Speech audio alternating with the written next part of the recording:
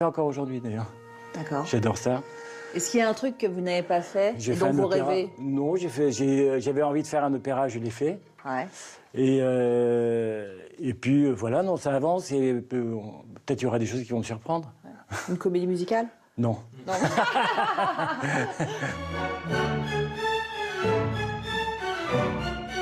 Et on va rester chez Armand, direction le toit terrasse, pour notre questionnaire du Paris des Arts. C'est sans doute mon arrivée à Paris, le premier jour, 4 décembre 1980, l'arrivée de mes enfants, l'arrivée de mon frère et l'arrivée de mes deux parents, jeunes immigrés de 60 et quelques années, en train à la gare de l'Est. Il y a longtemps, c'était le Ranelagh que j'adorais et la pagode qui a fermé, qui rouvre, semble-t-il. Mad Max. Non, je déconne. Sur les toits de Paris et La Belle et le Clochard. C'est vrai qu'à premier abord, il est chiant, il est triste, mais après, quand même, c'est une belle âme. Mais voilà, ça ne nous ferait pas de mal, puisque je suis parisien, de sourire un peu plus.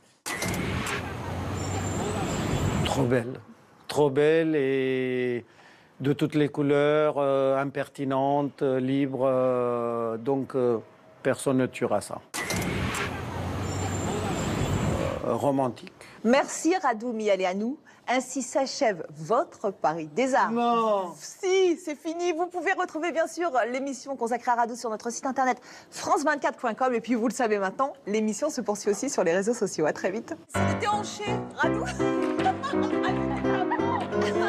Très compliqué, hein. Elle est mourue. Bon, elle est mourue. Clap de fin.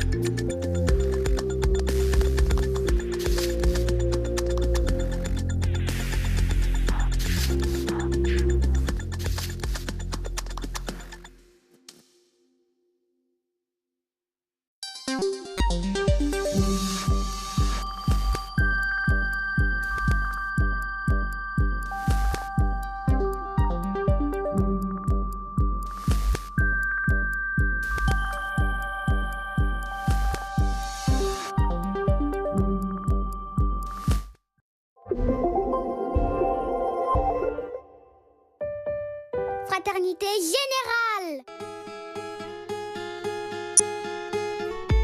On n'habite pas tous dans le même pays. On n'est pas tous nés au même endroit. On n'a pas tous le même mode de vie. On ne dépend pas tous des mêmes lois. On n'a pas tous la même couleur de peau. On ne vit pas tous sous le même drapeau. On n'a pas tous la même hérédité. Et pas tous la même nationalité. On n'a pas tous la même apparence. On n'a pas tous le même langage. On n'a pas tous la même intelligence. Et on n'a pas tous le même âge.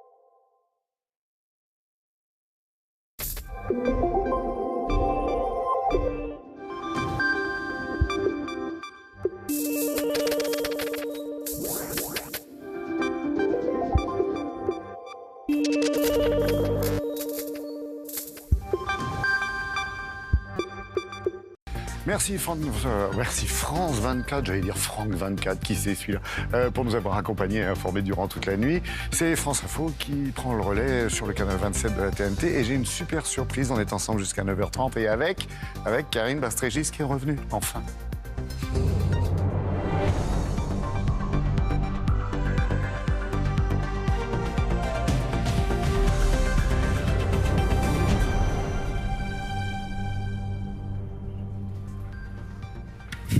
Et oui, et c'est bien elle, Karine Bastrégis, que l'on retrouve pour le premier journal de cette matinée sur France Info.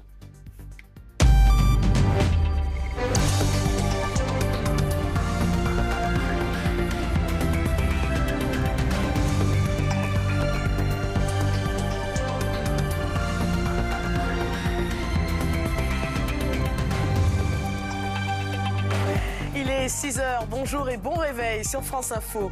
Qui de Donald Trump ou d'Hillary Clinton sera le nouveau locataire de la Maison-Blanche?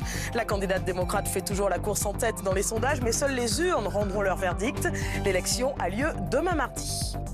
Les fonctionnaires de police souhaitent un usage facilité de leur arme de service. Un débat compliqué sur le concept de légitime défense. Fin novembre, le ministre de l'Intérieur rendra un rapport sur les conditions d'évolution de la pratique. Et puis comme prévu par Météo France, les premiers gros flocons sont tombés dans les Pyrénées notamment. Une très bonne nouvelle pour les stations de ski qui se préparent à accueillir les amateurs de glisse. L'élection présidentielle américaine, c'est donc demain mardi, une campagne qui a fait couler beaucoup d'encre bien au-delà des États-Unis, vous le savez. Dans les sondages, Hillary Clinton fait toujours la course en tête devant Donald Trump, mais tout devrait se jouer dans les fameux swing states. Éclairage de Valérie Astruc. Hillary Clinton, tout sourire. Aux côtés de LeBron James, la légende du basket, elle vient d'apprendre une bonne nouvelle. Le FBI referme l'enquête sur l'affaire des emails. Les soupçons sont levés. La candidate évite de réagir, ne pas brouiller le message d'espoir. Je suis vraiment prête à travailler pour vous. On va faire des choses ensemble. Il s'agit du futur qu'on va construire ensemble. Mais Donald Trump n'entend pas accepter les conclusions du FBI. Pour lui, la candidate est corrompue. Hillary Clinton fera l'objet d'une enquête pendant très longtemps.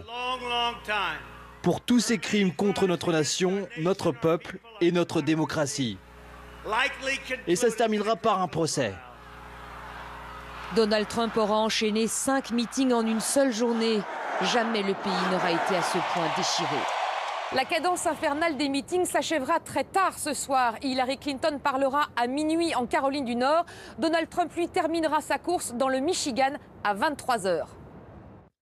Je vous en parlais en titre, les conditions d'évolution de la légitime défense feront l'objet d'un rapport fin novembre. Ce alors que les fonctionnaires de police souhaitent utiliser plus facilement leurs armes de service. Le sujet est évidemment sensible. Hugues Dago. Aujourd'hui, les critères de légitime défense définis par le code pénal s'appliquent de la même manière aux policiers qu'aux citoyens lambda. Un cadre strict et contraignant qui, en cas de danger, leur impose un usage de l'arme à feu proportionnel à la gravité de la menace. À la différence des gendarmes qui bénéficient d'un statut militaire qui leur permet un usage de l'arme à feu plus souple, comme par exemple pour riposter face à un individu armé en cas d'agression directe.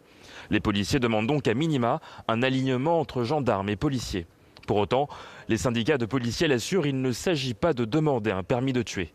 Des policiers en colère qui gardent tous en mémoire l'agression de leurs collègues au cocktail Molotov il y a un mois dans l'Essonne. Ce 8 octobre dernier, les policiers, enfermés dans leur voiture en feu, n'ont pas pu se servir de leurs armes.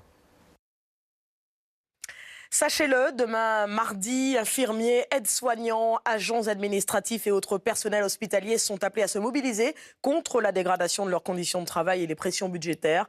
Un mouvement national lancé par l'intersyndicale FO-CGT Sud de la fonction publique hospitalière. Attention à votre comportement au volant. Vos enfants vous observent bien plus que vous ne l'imaginez. Selon une étude Ipsos, 65% des conducteurs entre 18 et 25 ans se disent influencés par la façon de conduire de leurs parents, bonnes ou mauvaises habitudes. Alexandra Usan. Non, non, pas du tout, je suis en voiture. Non, pas du tout, je suis en voiture. Ah ben non, je lui ai dit que ça pouvait pas continuer comme ça. Je lui ai dit, ça ne peut pas continuer comme ça. Je te laisse à la police. Comme un air de ressemblance. Telle mère, telle fille. Et oui, ce n'est pas qu'une question de gêne. c'est aussi une question de comportement, de mimer.